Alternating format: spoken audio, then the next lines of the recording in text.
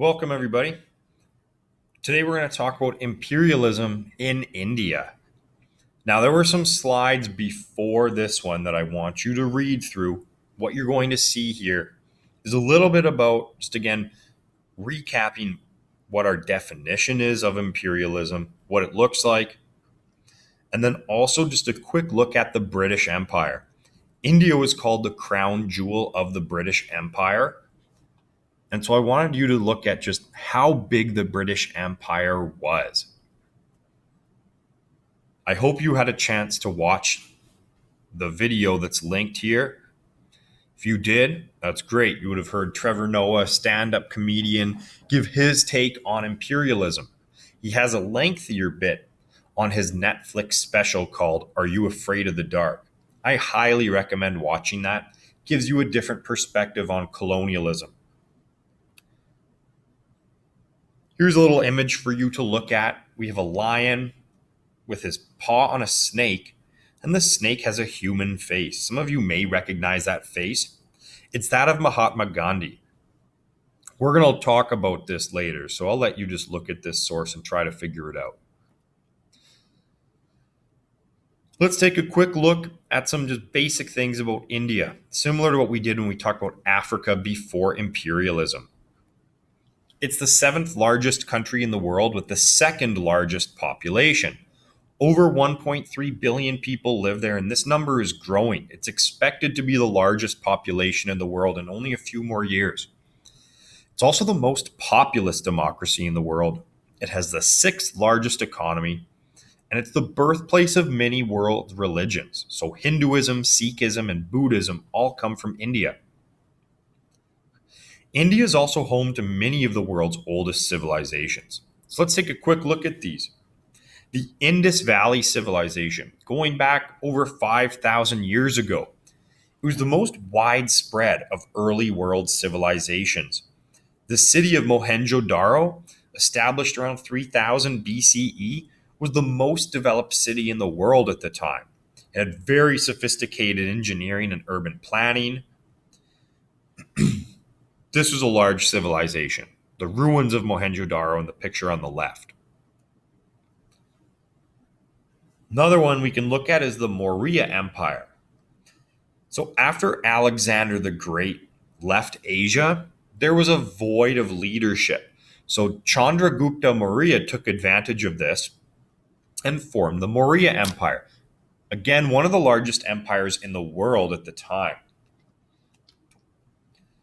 Trade, economic activities, agriculture, these things thrived and expanded during this empire.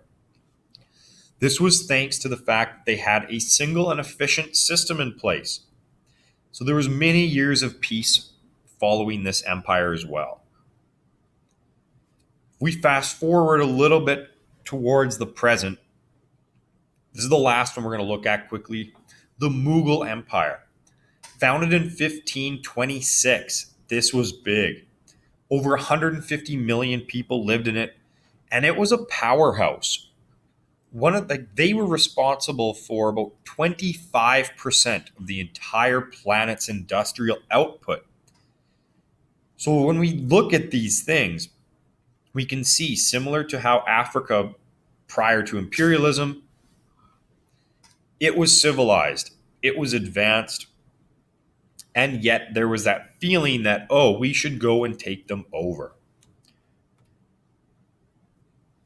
So pre-contact, again, we have the Mughal Empire. Their kingdom is large, more powerful than any European country. And the geography of India leads to diverse groups there. Various languages, various religions, various ethnicity. And so you have India being a varied place, who's sophisticated. So the growth of the Mughal Empire, what we see over a period of a couple hundred years is more of this subcontinent gets added to the Mughal Empire. Now, because land was so diverse, power was shared between regional leaders. This involved cooperation. So often administration of the region was similar throughout the country, but people were allowed to practice their own customs and religions. The Mughal Empire reached its peak in 1700. Around this time, there's more and more European presence in the area, and we'll see the competition here.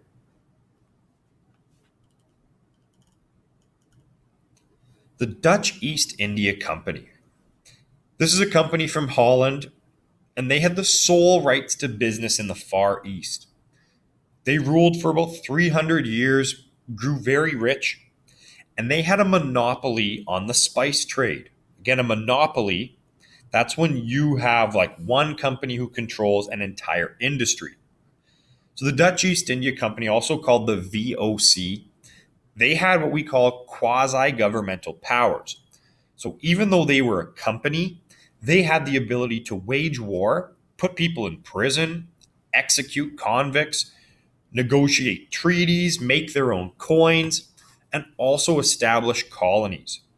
So they sent millions of Europeans to Asia to work and trade.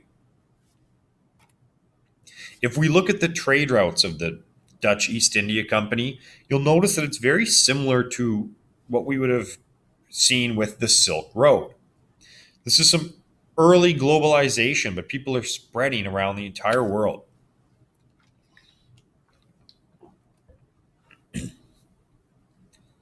The next company who had a similar type of rule, in the sense that it was a transnational corporation that acted like a government, was the British East India Company. So they were from London, and they rose to account for half of the world's trade, especially in basic commodities, in things like cotton, silk, indigo, salt, tea, opium. The company also ruled the beginnings of the British Empire in India.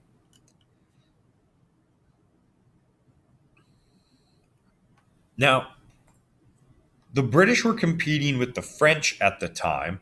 Both had their own companies. India was this jewel, it was a prize. It was the colony that everybody wanted. The Dutch ambitions ended in 1741. The French had military supremacy at first, but the British end up rising to power there. So they win a string of victories, what we call the Carnatic Wars, which ends the French influence there. This is when Britain becomes the dominant power on the subcontinent. They develop their own military force, which strengthens their interests. So the British East India Company gets control of India. Under the army of Robert Clive, which included Indian and European soldiers, the British army goes to war here. So they fight against other forces. So this includes India and the French. And Robert Clive comes out successful. So Robert Clive helped install a puppet government. We say puppet because somebody else controlled it. This was modeled after what the French had done. And so by 1760, most of the Indian subcontinent was under the British East India Company influence. So the company spent the rest of the 1700s gaining control over areas of India and fighting against those who went against the British influence. Now, Robert Clive, he wasn't very happy with what he did in India. He ended up committing suicide in England later.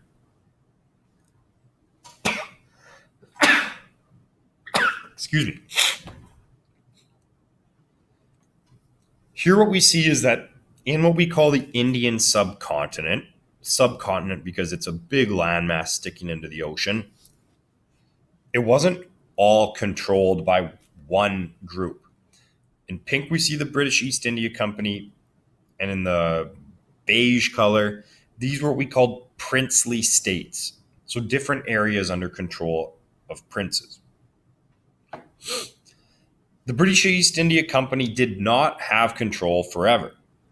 What we see is something called the Maratha Wars. So from 1775 to 1818. There were three main conflicts here, which marked the last stand of indigenous Indians against the British hegemony over India. So this created a gradual consolidation of British East India Company control. Again, this is a company. We are not talking about the country of England. This is just a company right now. Now, in 1857, there was a rebellion. This was an unsuccessful revolt for Indian independence. What this did, though, was it led the British government to take control of India, ending the British East India Company and beginning the era of what we call the British Raj. The British Raj is what we call the government there. But why was Britain successful? In theory, they shouldn't have gained control of an area so strong. But there was a lack of European rivals. The Mughal Empire was in decline at the time, and so land was divided. The lack of national unity meant you didn't have one strong group to fight against. So there's a whole bunch of different factors. British rule in India. Established in 1858, through a series of treaties of mutual cooperation, we have the British Raj. It never encompassed the entire continent, or the subcontinent. 2/5 remained independently governed by 560 different principalities. It was extremely important to Britain, though. When we think back to like mercantilism and early capitalism, if you're creating goods, you need somewhere to sell them. You need a colony. India was a big market. There's lots of people to buy your goods. It also served defense needs. So when the British needed a large army, they went to India and people were put into the military. We see this even in World War I. Over 1 million Indian soldiers fought for Britain in World War I. There's also heavy taxation. Indians weren't allowed to hold office there, but Indians were providing a lot of money to the British government.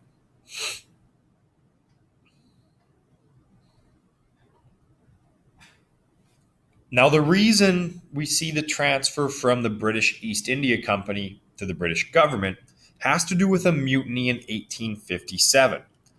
So the British come up with a new rifle. Rumors begin, and what they were saying was that the bullets were greased with pig or cow fat. Believers in Islam do not eat pork. And so this becomes offensive to both Hindus and Muslims. Those are the two largest religions in India. Add to this the fact that people were fearful that the British were going to impose Christianity on them. We have a rebellion occurring. So Indians and soldiers end up fighting against the British. Those who rebelled, well, they get arrested and peace was eventually restored. But this revolt, it spread through several provinces trying to drive out the British. And so eventually, the British East India Company was abolished. The last leader of the Mughals was tried for treason and exiled, and British rule under the British Raj began. Now, I should have included here the reason that bullets being greased with pig or cow fat is important is because you had to use your teeth to like rip it apart before you could load it into the gun. So again, that's very similar to eating. So results of the mutiny, and this is called the Sepoy Mutiny.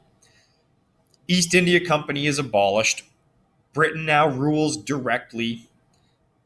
Policy of negotiation with Indians commence, but they feel like a lack of communication creates the crisis.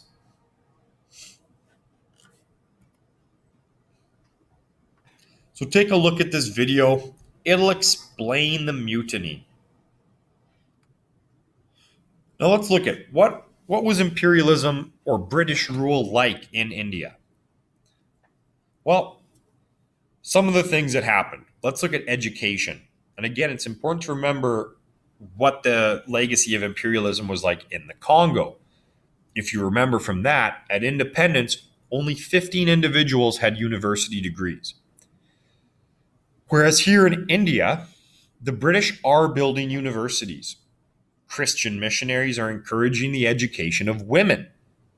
And many people are now graduating from these schools and they're working alongside the British.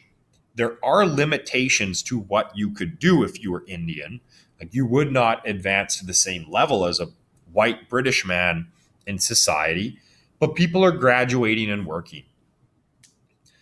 Political reforms. Well, they institute the Government of India Act, 1935. This becomes the basis for the present day constitution in India. And infrastructure.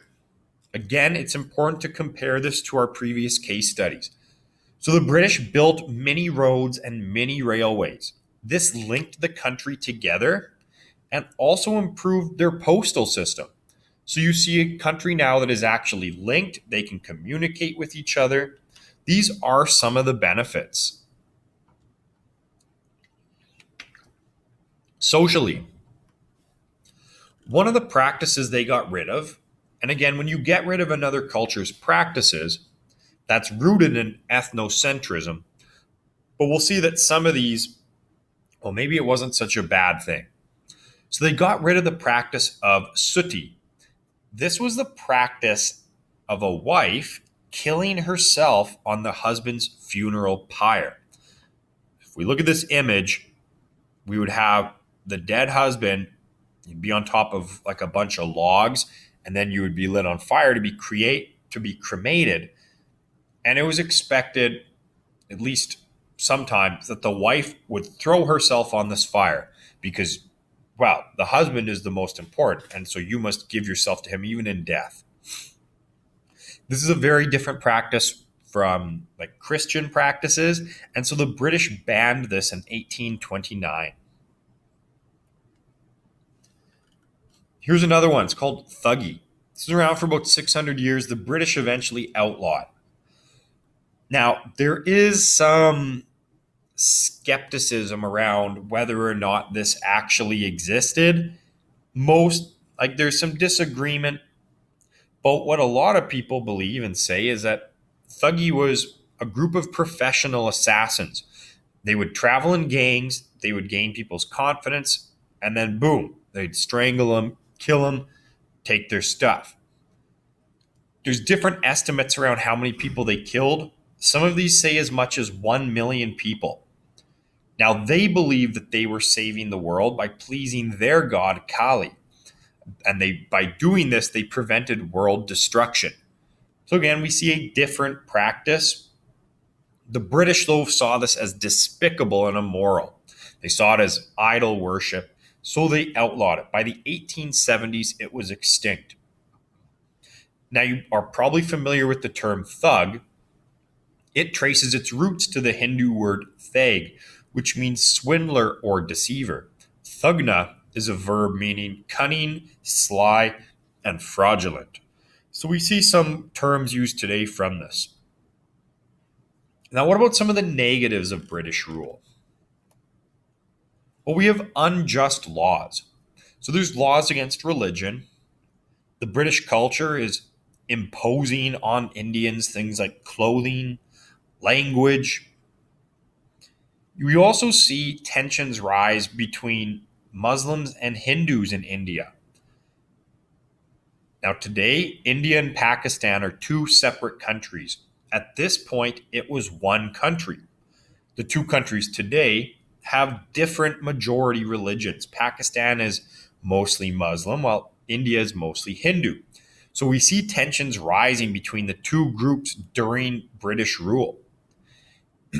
You also have the destruction of previous economies.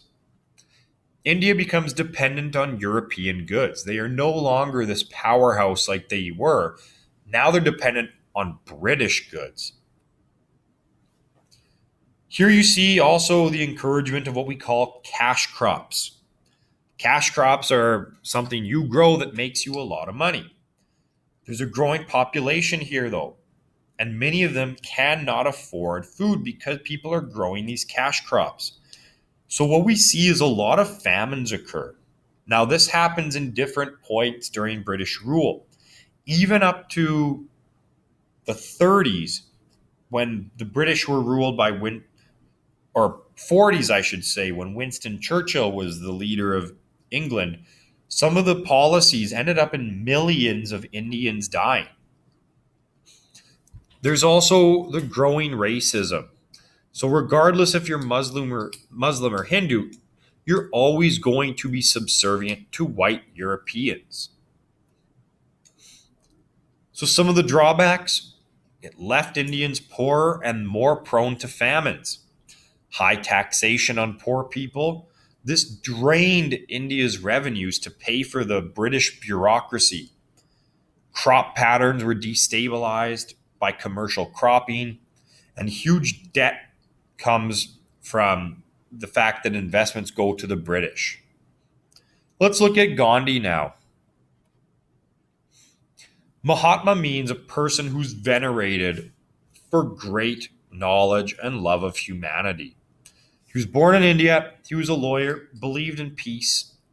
He saw different injustices that were imposed on people. And so he wanted independence for India.